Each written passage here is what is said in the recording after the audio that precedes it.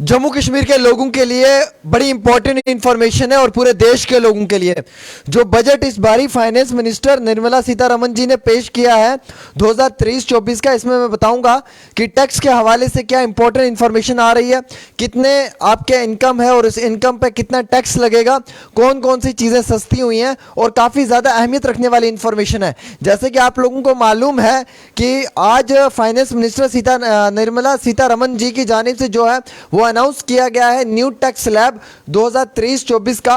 और उसमें ये बताया गया है कि जब पहले तो आप लोगों के पास अगर 5 लाख तक की इनकम होती थी तो आप पे टैक्स नहीं लगता था, अब उसको एक्सटेंड करके 7 लाख कर दिया है, यानी कि 7 लाख तक के अमाउंट पे आप पे जो है वो टैक्स नहीं लगेगा।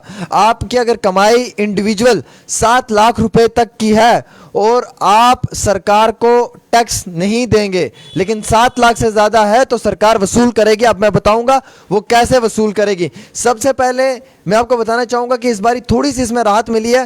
पहले 5 लाख तक बताया जा रहा था कि जब 5 लाख आपके अकाउंट में होते थे तो 5 लाख तक आप पे टैक्स नहीं लगता था, लेकिन अब इसको एक्सटेंड करके 7 लाख कर दिया गया है। न्यू इनकम टैक्स की जो ये 2023-24 का बजट है, इसमें मैं आपको ये भी इसमें बताना चाहूँगा कि जो टैक्स वसूल सरकार कर रही है वो किस तरीके से कर रही है, वो भी आप तक इत्तला पहुंचाने की कोशिश करूंगा।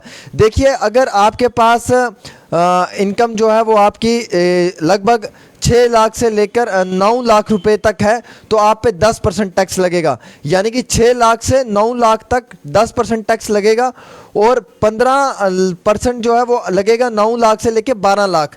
अगर आपका इनकम 9 लाख से लेके 12 लाख रुपए हैं तो आप पे जो है वो 15% लगाया जाएगा टैक्स। और अगर आपकी इनकम 12 लाख से लेके 15 लाख है तो आप पे 20% टैक्स लगाया जाएगा। और अगर आपकी इनकम ज़्यादा है, 15 लाख से एबो है, तो आप पे 30% जो है वो टैक्स लगाया जाएगा। फाइनेंस मिनिस्टर ने इंफॉर्मेशन दिया। पहले तो मैं क्लियर करना चाहूँगा जिन लोगों के पास अमाउंट 7 लाख तक का है, यानी कि जो लोग जिसकी कमाई एनुअल 7 लाख है, उस पर टैक्स नहीं लगेगा, ठीक है। अब जिसकी कमाई 7 लाख से ज़्यादा है, जिसकी कमाई लगभग 10 लाख रुपए तक की है, उस पे जो है उस पे सरकार जो है, जिसकी कमाई 9 लाख तक की है, उस पे सरकार जो है वो 10% टैक्स लगाएगी। 6 लाख से लेके 9 लाख तक की है। और जिसकी कमाई लगभग 9 लाख से लेके 12 लाख तक है, उस पे 15% टैक्स लगेगा। और जिसकी कमाई 15 लाख से लेकर ज़्यादा है तो उसके ऊपर जो है वो सरकार 20% तक का टैक्स लगाएगी। 15 लाख से ज़्यादा उस पर 30% का टैक्स लगाएगी। और जिस पे 12 से 15 तक की कमाई है उस पर 20% का टैक्स लगाएगी।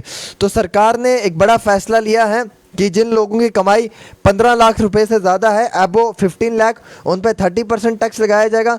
जिन लोगों की कमाई 12 लाख तक की है उन पे 20% टैक्स लगाया जाएगा। जिन लोगों की कमाई जो है वो लगभग अगर ये मानकर चलें 6 से लेके 9 लाख तक की है तो उन पे 10% लगाया जाएगा।